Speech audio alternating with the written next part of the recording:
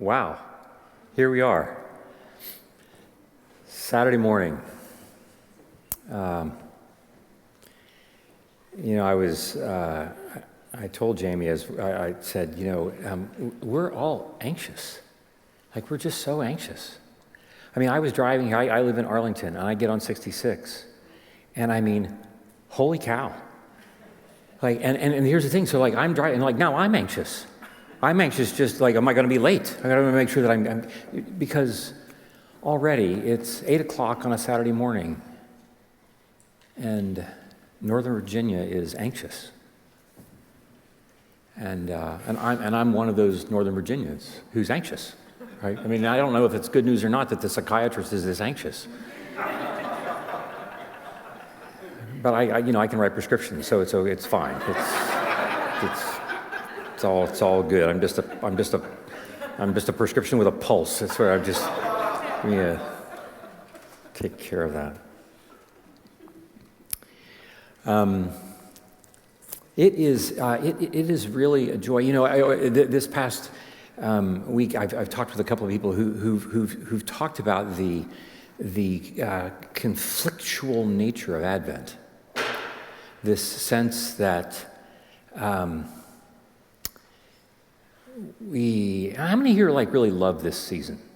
I love this. I don't know. Don't be embarrassed. It's like 4 of you love this season. It's great.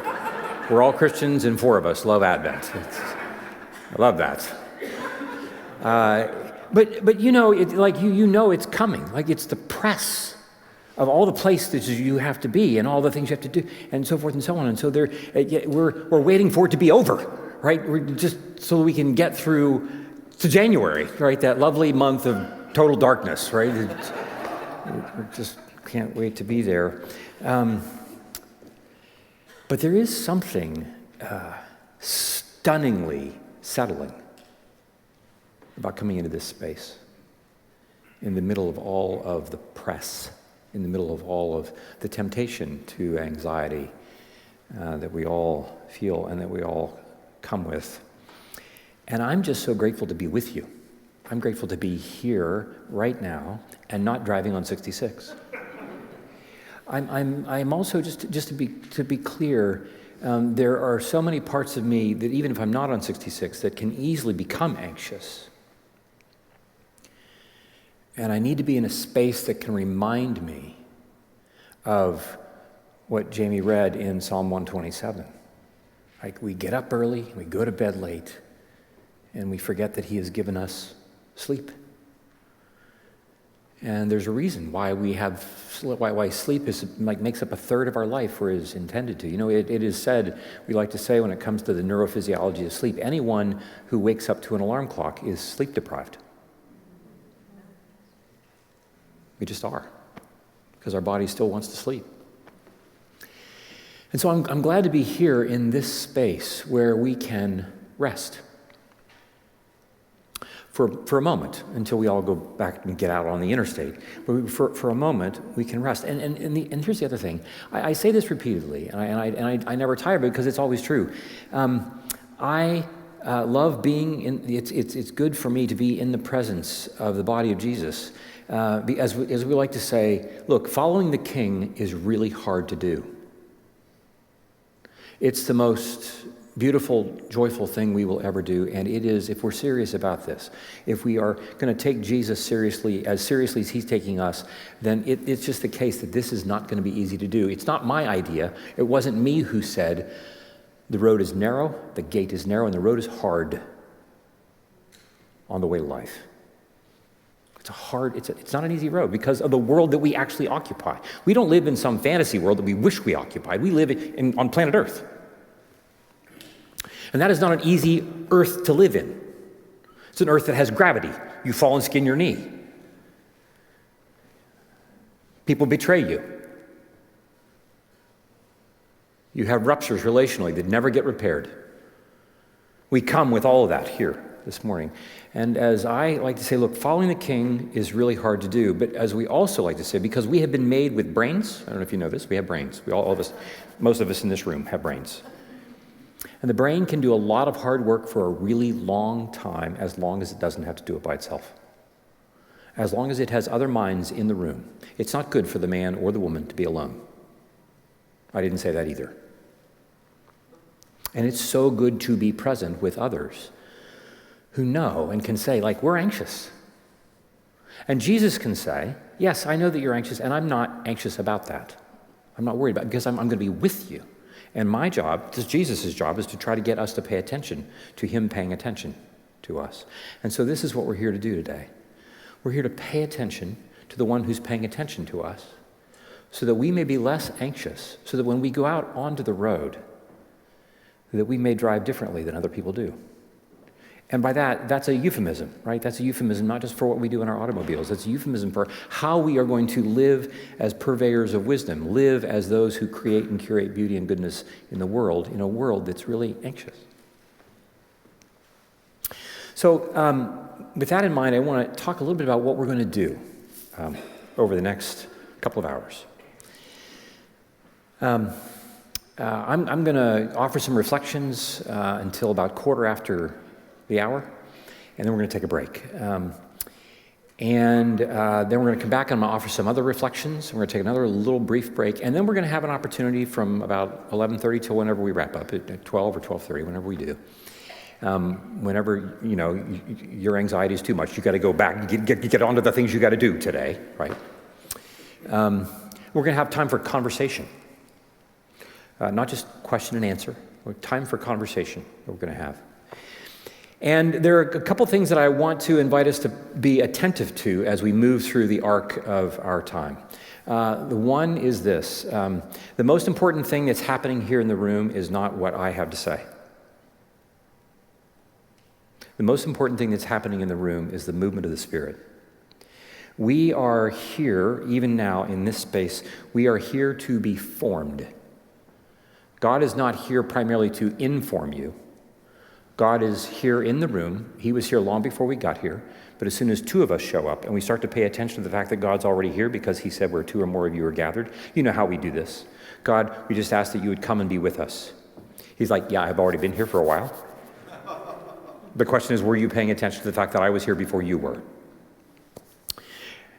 The real mission then for us today is to be attentive to what is God doing within me and what is God doing between me and anyone else who is here. Because I will assure you that things are already happening between you and the people who are sitting beside you, in front of you, behind you.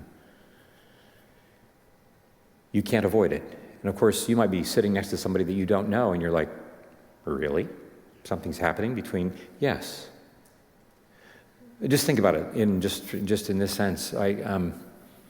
If it was just you and me having this conversation, it would be a completely different conversation, right?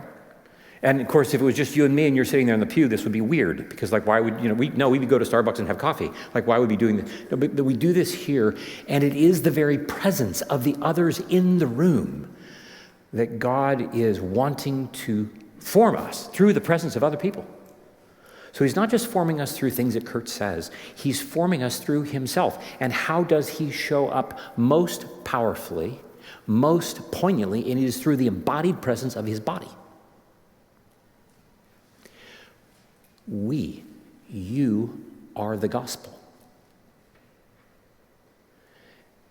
And your voice and your eye contact and your body language are the body of Jesus to everyone around us. And so, how is God wanting to form us this morning?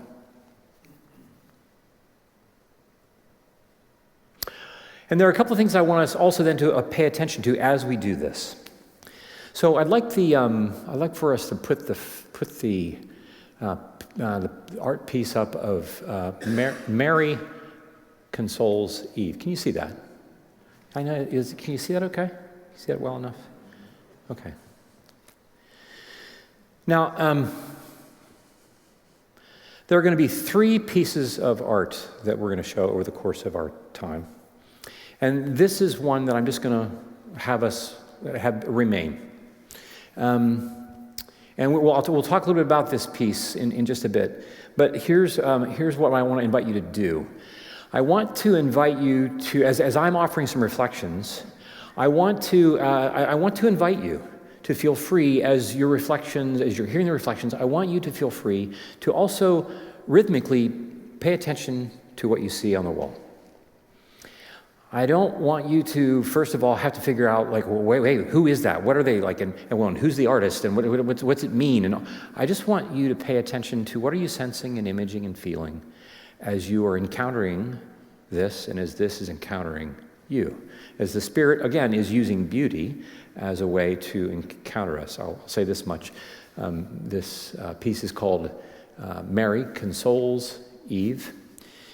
And Sister Grace Remington, who is one of the Cistercian nuns at a monastery in Iowa, yeah.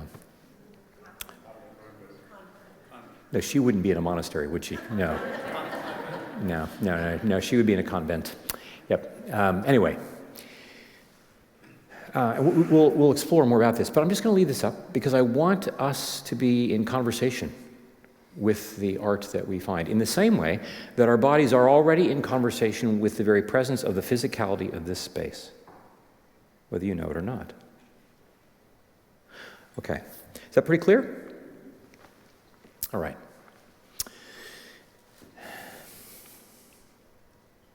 So here's a question, and this is, yes, you're going to get a grade on class participation, okay, just so you know. Jamie and I are going to talk about this after we're done. We're going to go over who's here and like what, whether or not you were like adequate, participants here this morning when we're all done. Okay.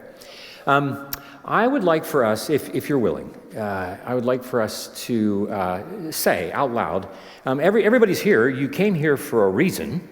What were you hoping to have? Now, some of you came because somebody asked you to come. But I'm wondering, not everybody came because you didn't come because you had to. Nobody made you come, as far as I know. I hope nobody came because you had to. But I'm wondering, what were you hoping for to have happen when you came here today? That's a real question, and I have time to wait for your answers. There's no wrong answer. Yes. I'm kind of new to Truro, and I wanted to learn more about what Advent is and the meaning of it. You want more understanding of Advent? Yeah, okay. All right. Who else? Yeah. I came because I know that you help people connect to God, and I figured if I came here, you would help me connect to God better. So you want to be more connected to God. Okay, you want to be more connected. I want more of Advent. I want more connection with God. What else?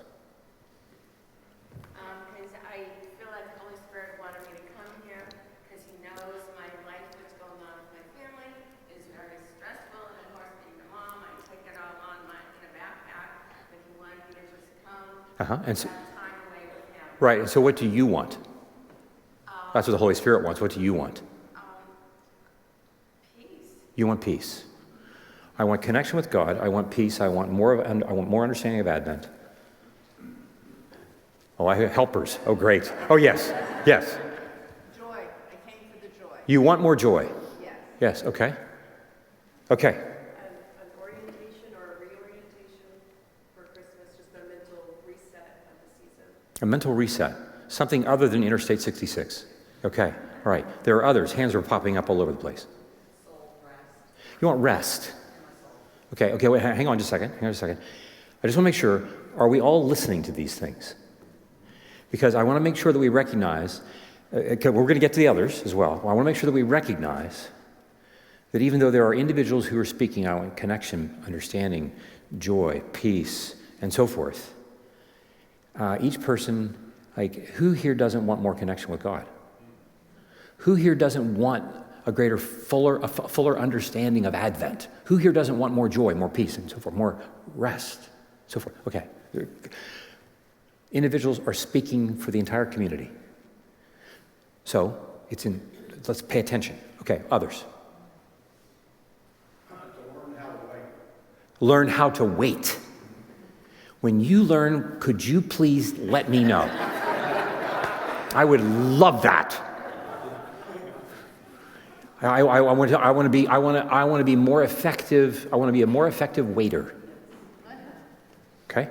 Somebody, yes. I would like You want to be sparked.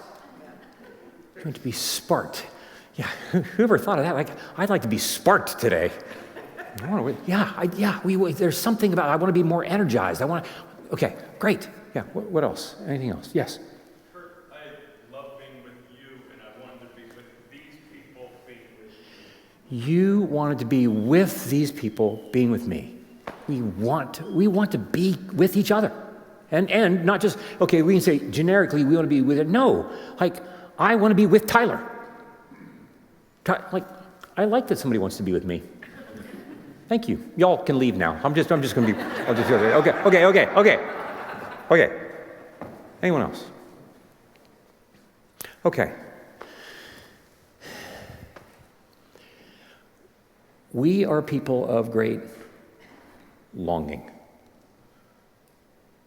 We are a wanting people. This is who we are.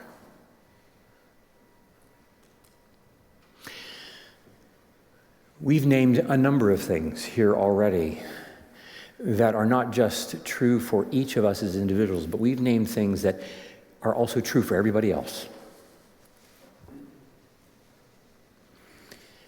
And the depth of our wanting has no measure.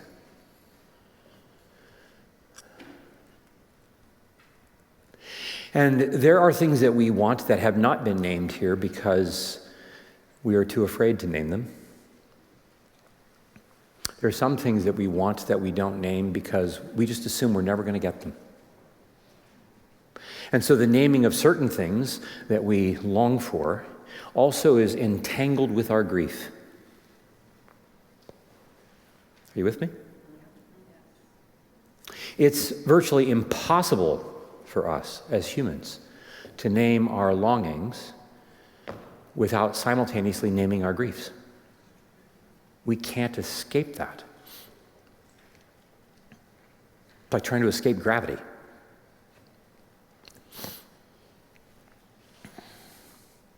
You know, we humans come into the world as wanting creatures.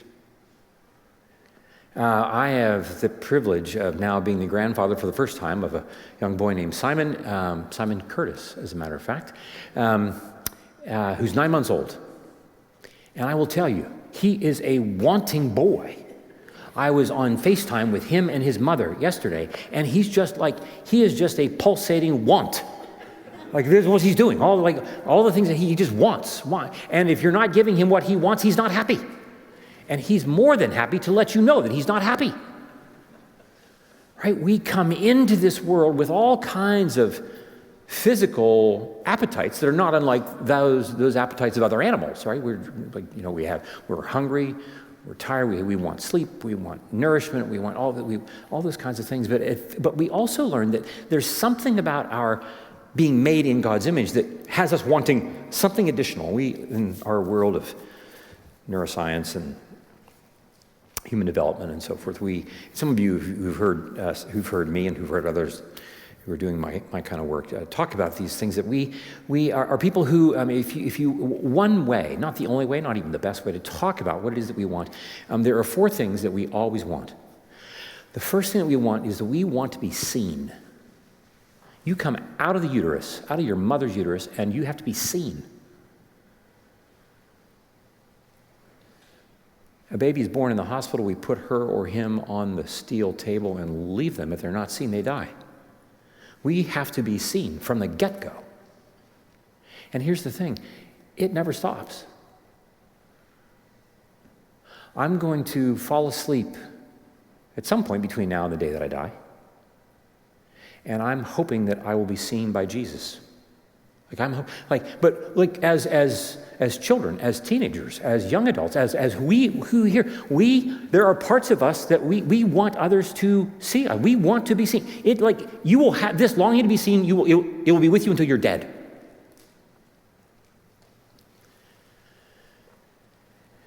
And we all in this room have parts of us that have not been seen.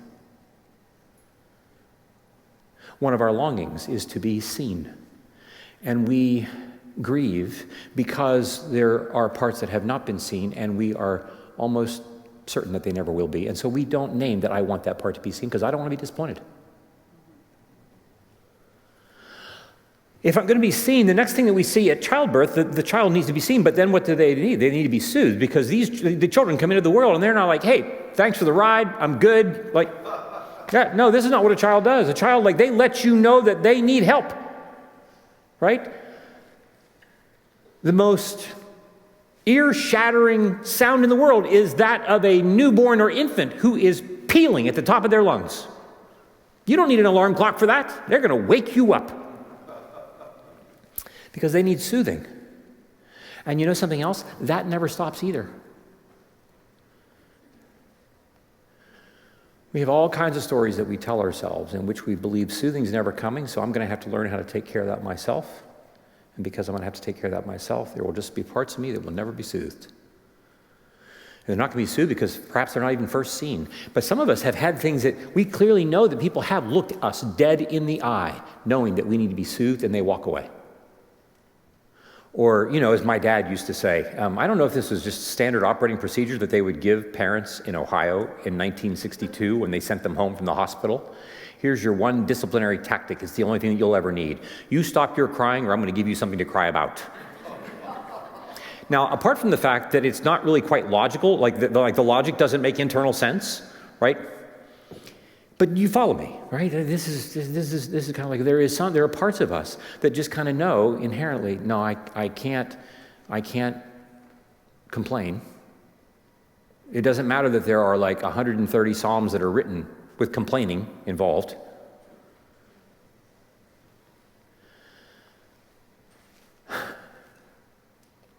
We have parts that come into Advent that are longing to be seen, that are longing to be soothed, that haven't been seen and haven't been soothed.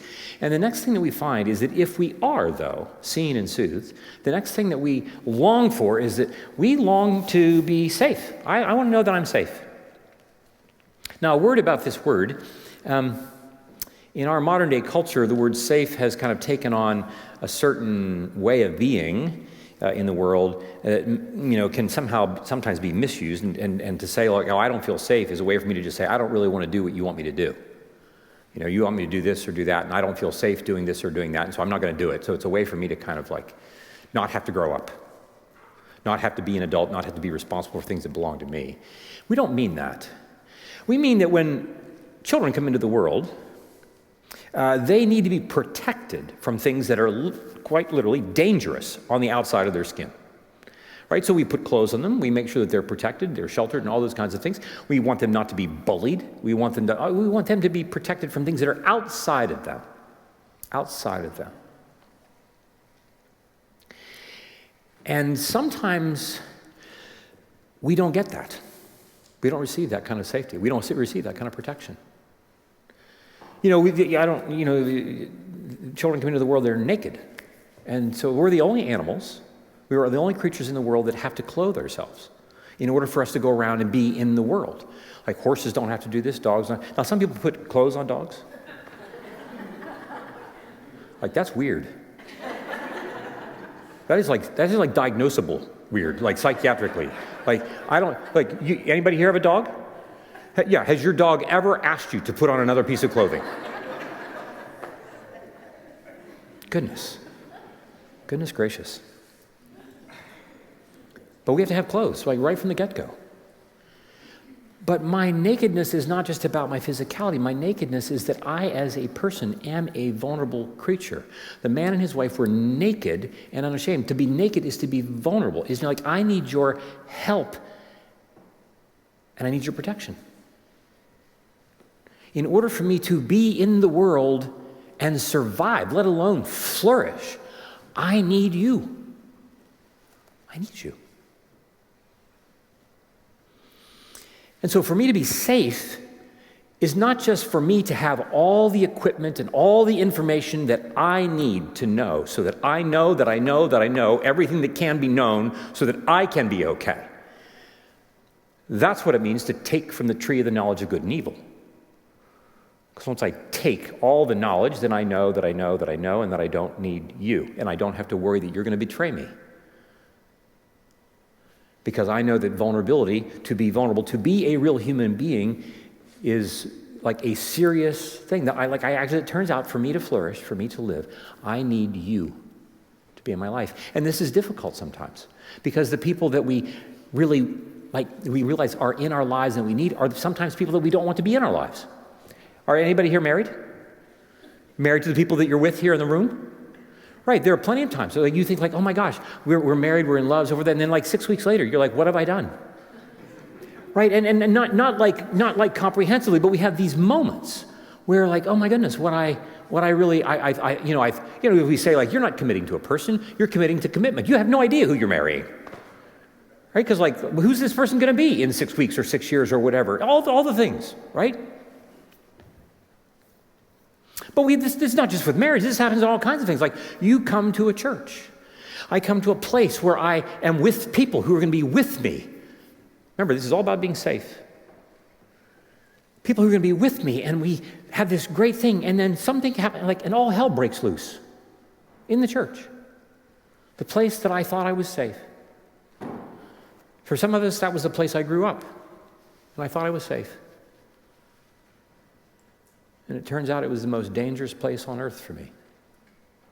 But it's important to know, remember when you talk about the church, you need to talk about, the proper metaphor is that of hospitals. The most difficult to treat infections that human beings encounter develop in hospitals. Why? That's because where all the sick people come. And so we get to church, and then we wonder, like, why all this stuff is happening in churches. As if we're shocked. Like, wait, human beings are there, right?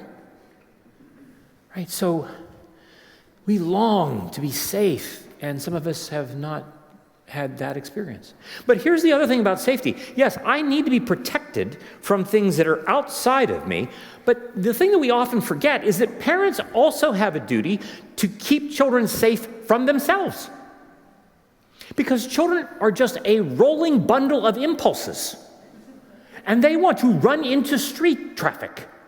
And they want to do all the things that my 9-month-old grandson was doing yesterday. He's just like, I want to go and do this thing. And when his mother is keeping him from climbing all over the fireplace, he's not happy about this. He has to be made safe from himself. It's easy for us to identify all the bad guys outside my skin who have done me wrong, and not pay attention to the parts of me that have done me and everybody else wrong as well. I'm so busy paying attention, trying to protect myself and stay safe from all that's coming at me from outside my skin, that I fail to remember and to see that most of my trouble is not outside my skin, most of my trouble is me. And here's the thing, in order for that to be safe, I also need you.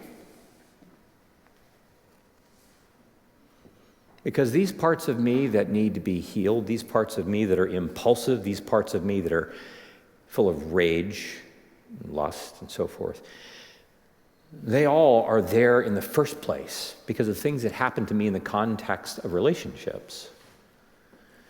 And relationships are the only way that's going to be healed. In order for me to be safe from things that are outside my skin and things that are inside my skin still requires the presence of others. If I'm going to be seen, I'm going to be soothed and be safe, it requires human beings. It's like, dang.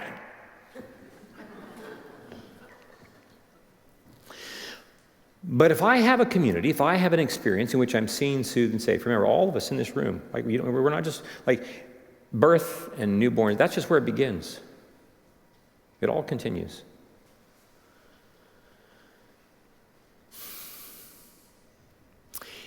If we become seen and soothed and made to be safe, then we are launched into being secure. And to be secure is to be one who is sent out into the world to create and curate beauty and goodness in the world. Notice, Adam and Eve were made, they were sent into the garden, but their job was to extend the borders of Eden into the wilderness. They were to be secure enough that they were going to go and take this, right? Be fruitful, multiply, fill the earth, and have dominion over it. Create, curate beauty, bring it further and further into the world. You with me? That mandate has not changed. This is what we are called to do. This is part of what regeneration, this is what being born again is all about. Like, we have to start over in order for us to get the story right this time around. We want more joy, we want more peace, we want more rest, we want all these things in order for us to then go and create and curate beauty and goodness in the world as we are becoming that very thing. This is what it means for us to be secure.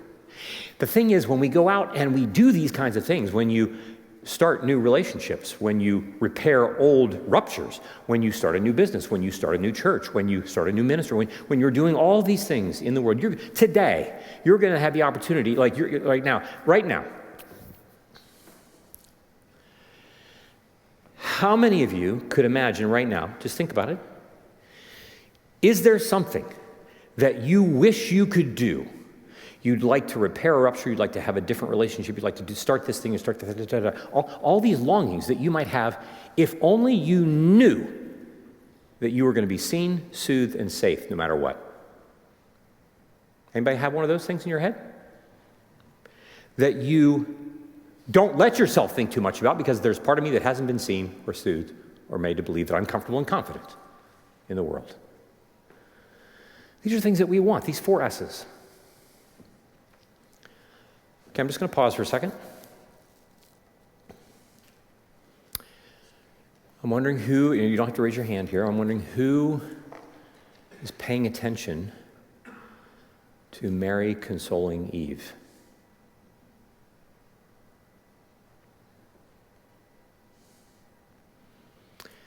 Notice how hard it is for Eve to look at Mary.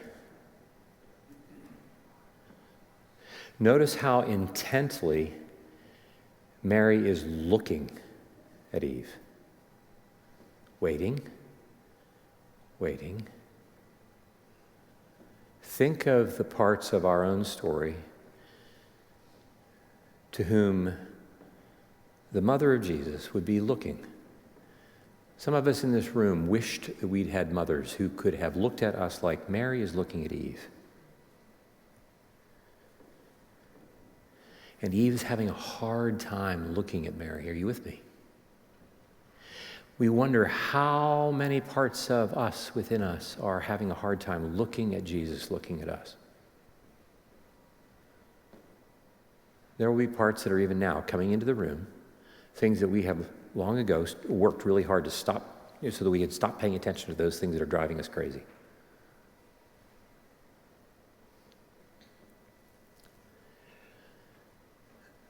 Notice how frightened Eve appears. Notice how covered up she is. Notice how dangerous the world appears to her to be. This is not a woman who anticipates that soothing is coming from anywhere or anyone. But notice how intent and patient Mary is being. This is not a woman who appears like she's going anywhere. She's here and she's going to wait. Just like we're waiting in Advent. Mary herself, notice she's pregnant. Mary is about to embark upon something that is an unknown space. Anybody who's a first-time mom, like you've heard about motherhood, and you're like, oh my gosh, right? What are we supposed to do? I remember I was a second-year resident, and we were living in Philadelphia, and Rachel's our firstborn. She's now 35. We brought her home the first night, and she went to sleep at like 10 o'clock. And I'm like, oh my gosh, this is going to be so great. And she was sleeping soundly, and the plan was that I was just going to be up with her, because Phyllis, my wife, was going to be at home with her, but I had to be up and going to the hospital the next morning. And at 2 a.m., I heard this little rustling match, and I woke up, and I looked over in the little bassinet, and her eyes are wide open, and I'm like, my life is over. Because I'm thinking, I'm never going to sleep again. Fine. She'll take her naps during the day. Phyllis will take their nap during the day. We'll come home and she'll be up from 2 to 6 every night. I'm going to sleep between midnight and 2 for the next 40 years. This is what's happening in my head. Very little comfort there. Firstborns, like mother of a first-time mom.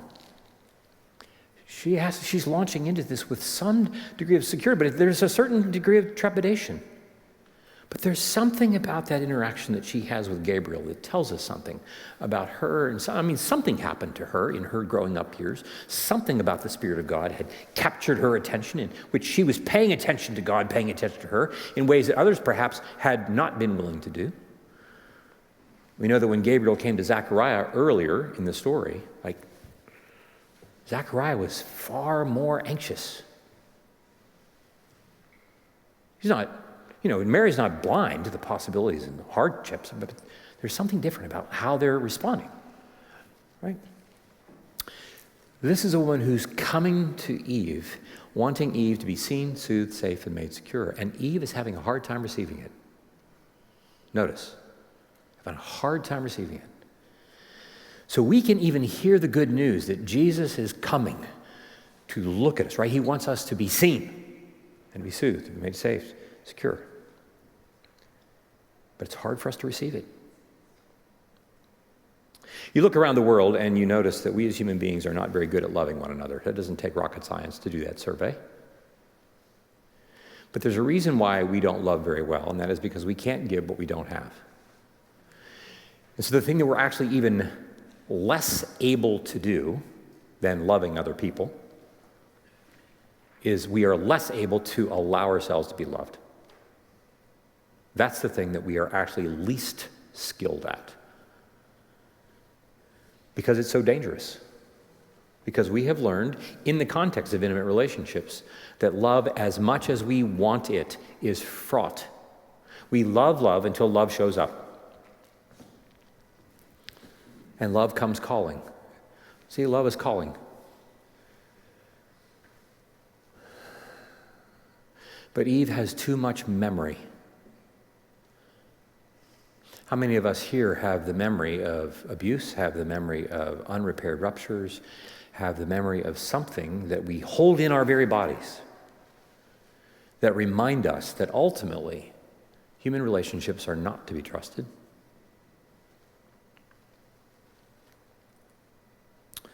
What does it mean for us to be people who are sons and daughters of Eve and Adam? And at this time of Advent, Mary is trying to get her attention and say, someone is coming. Someone is coming for your gaze.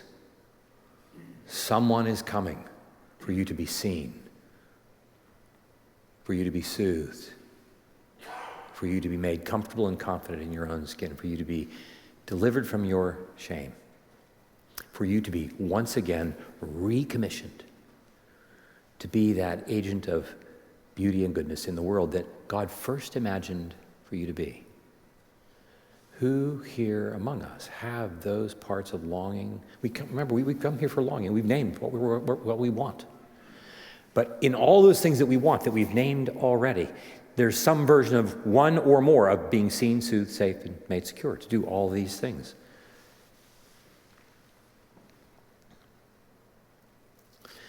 Now, this all tells us that we are people of great desire, great longing, and of course we see that this comes right off the first page of Genesis, because when God makes us, you get to Genesis 1, 26 and 27, and you would think that if the text were following everything else that had happened before, in the same way that God said, and let there be light, and let the waters from above separate from the waters below, and let there be lights in the sky, and so it was, right? You would think that you would get to the 26 and 27 verse, and it would go something like, and God said, let there be men and women. And then there were. But it doesn't say that. God has a conversation.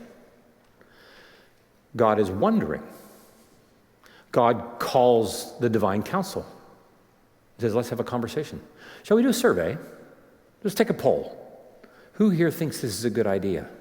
And you can see Jesus there tapping his foot and thinking I'm not sure I think this is a good idea. because I think I know where this is all headed.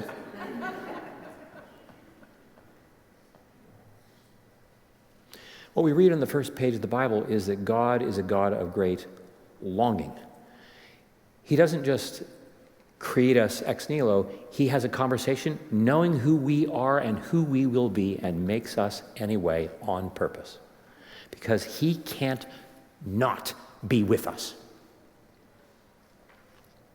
He cannot tolerate the notion of us not being with him. This is how badly he wants us to know that he wants you to have more peace and joy and rest. He wants you to have the fullness of Advent. He wants you swimming in it. He's a wanting God.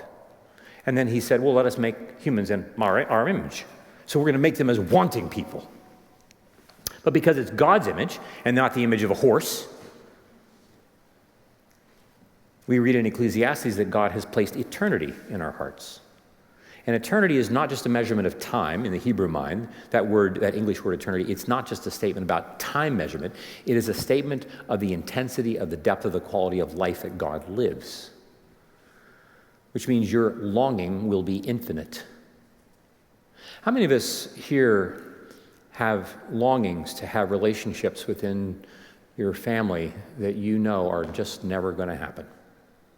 Like, I thought that, some people eventually would just get old enough that they would kind of like become unable to behave badly. As it turns out, that's not true. People can continue to behave badly until they die at 93. Like humans, we just have infinite capacity to keep doing this. Now, of course, this is not bad for my business, right? Because people keep coming to talk about these things, about my parents who are 95, who are continuing to behave badly. I'm like, great, okay, right? But be that as it may, like, don't we all, like, we think, oh, goodness, I wish that my mom, who's still alive, could get it. And at some point, then you start to wish that you would stop wishing that she would get it. You get tired of the longing because the longing just seems never to be realized. And why is that? It's because we've been made like God. It's like getting away from gravity. So I think you can trip and you won't fall down.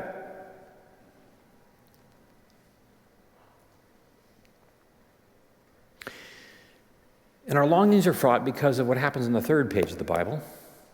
This story that we all know, in which evil is going to wield shame and take advantage of this vulnerable, naive couple. And we all come here today with some version of that old story that says, you're actually not loved by God nearly as much as you think you are, which is why he's holding out on you. And why, if you don't take the fruit, you're going to miss out. But he doesn't remind them that if you do take the fruit, then you're going to start to believe that God's coming to kill you. Which is what Adam was thinking when God comes and says, hey, where are you? He thinks like, oh my gosh, like I'm in trouble. Like I'm a dead man. Because that's what God said. If I eat it, then I'm going to die. This is where it ends.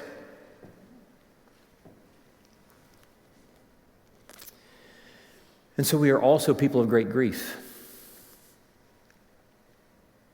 We are people who are like Eve.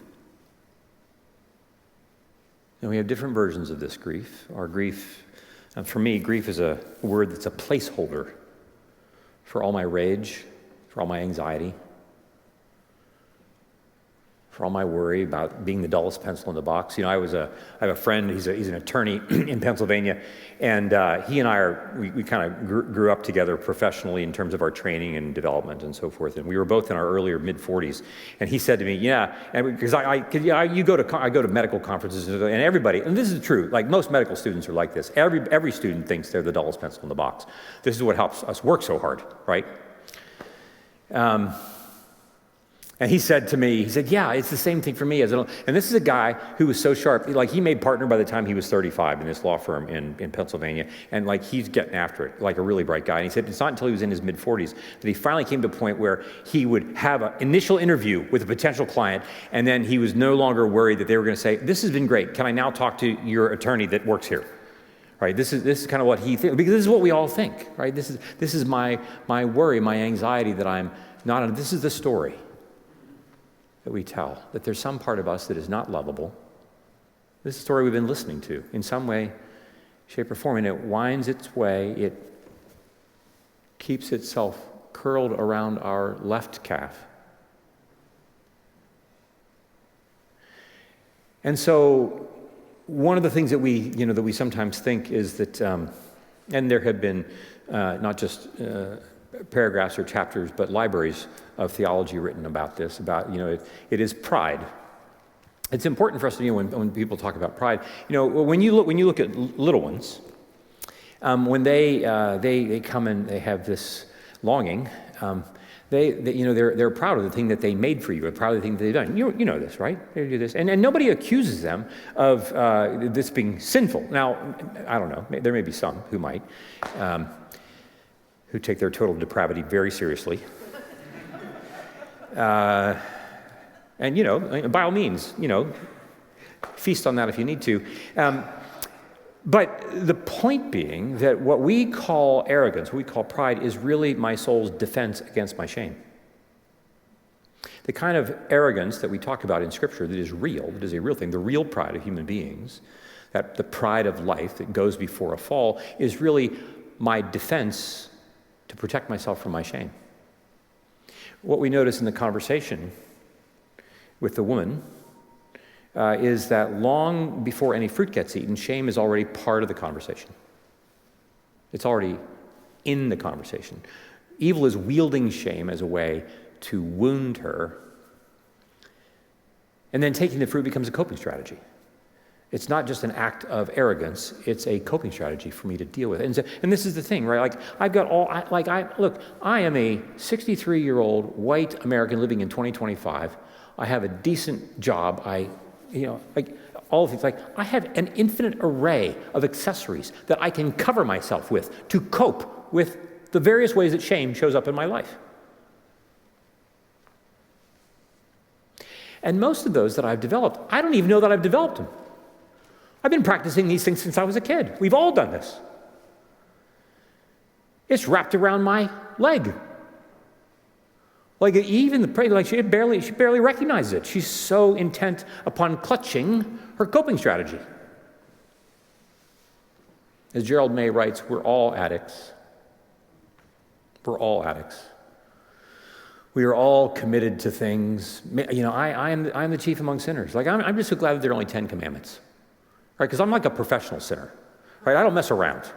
I figure I'm going to go big or go home, right? And so if there were 20 commandments, think about how much time confession would take every morning, right? But I'm glad that there are only 10. But this whole notion that it is so my grief is so much a part of my life. There's a great deal of it that I don't even know that it's there anymore. We do this work in our practice developing what we call confessional communities, and we just ran a 3-day intensive where there were 35 people that came in from all over the country to do this work, and these are people who are, if you were to just talk to them, you would think these are people who are serious Jesus followers, and they got their stuff together, and they're working hard for the King and the kingdom, and all that's true. And then you get them in a room, and they start to talk about their stories, and the things that come into the room blow your mind.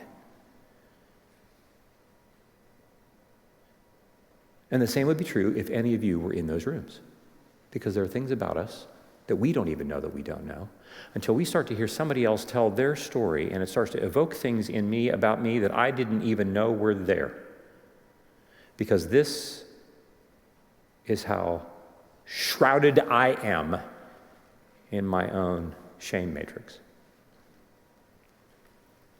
And because of all of that trauma and shame and so forth, we forget that one of the biggest longings that we have once we get to be seen, soothed, safe, and made to be secure is that whole notion of security is around what we really long to do is I don't just want things, I want to make things. Are you with me? You don't have to teach 2-year-olds, 3-year-olds to make stuff. They start making stuff and bringing stuff to you. They draw something, they bring it to you, they put it up on the refrigerator. Have you ever had kids do this? They put it up on the refrigerator, and they expect you to invite the neighbors and charge money because this is like Van Gogh, right? This is amazing, right? This longing to make things, and the thing is, I make things as a way to enhance relationships. Because if I bring you my thing, you're not just going to look at my thing that I've drawn. You want to look at me. And then I get to look at you, and then you're like, this is great. And I go to make more stuff in order for us to expand the border of Eden into the wilderness. But all this stops.